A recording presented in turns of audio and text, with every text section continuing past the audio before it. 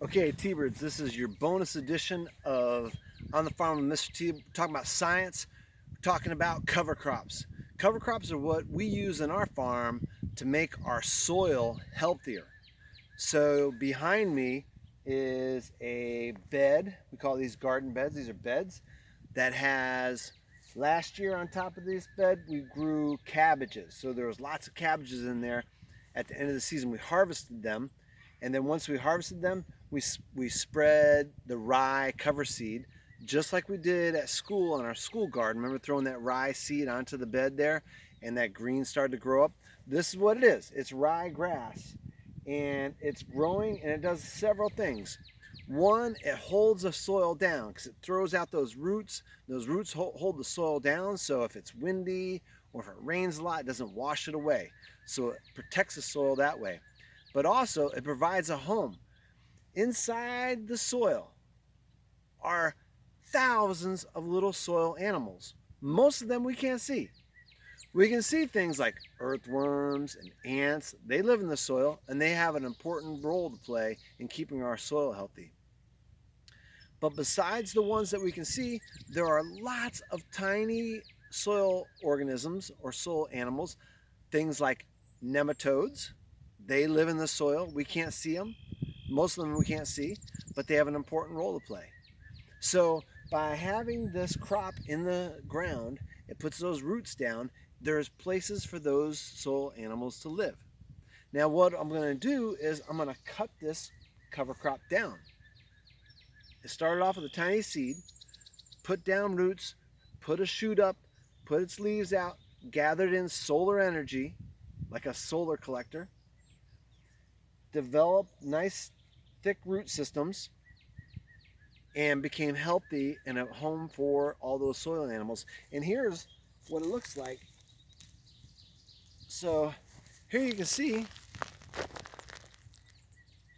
yeah, see all those roots? That is super good. That is super good for the soil. If I didn't plant that, this just would have been bare soil, and those roots wouldn't have been there to hold that soil down and provide a home for those soil animals. And now once I kill this cover crop, it'll be food. Because once I chop this down, it's going to die, and those roots are going to die, and those soil animals are going to eat those roots, and they're going to eat the chop that's on top of it and break it down and turn it into food for the plants that we're going to put in there. When I say turn it into food, this is what I'm talking about. They're eating it. They're eating the roots. They're eating the grass that's on top, and they're pooping it out. We're scientists. We don't say ooh, we say interesting. They're putting that poop back in the soil. That is food for the plants that I'm going to put in here. So if I want to put tomato plants in here, I'll plant them in after this has been cut back and killed, and its soil is going to be so much healthier, and there's going to be so much more food for my tomato plants, so I don't have to use like chemical fertilizers and such. So, and this is how we kill the cover crop. We use a weed whipper. I've got a battery here. This battery is charged by electricity from our barn. All the electricity we get on our farm comes from wind.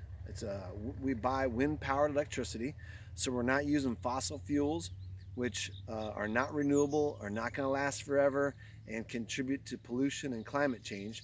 So by having renewable energy, the equipment we use on our farm is mostly battery packed, so that we're using renewable, clean energy to do the work on our farm. So I will use this to cut down some of this cover crop, and you can check it out.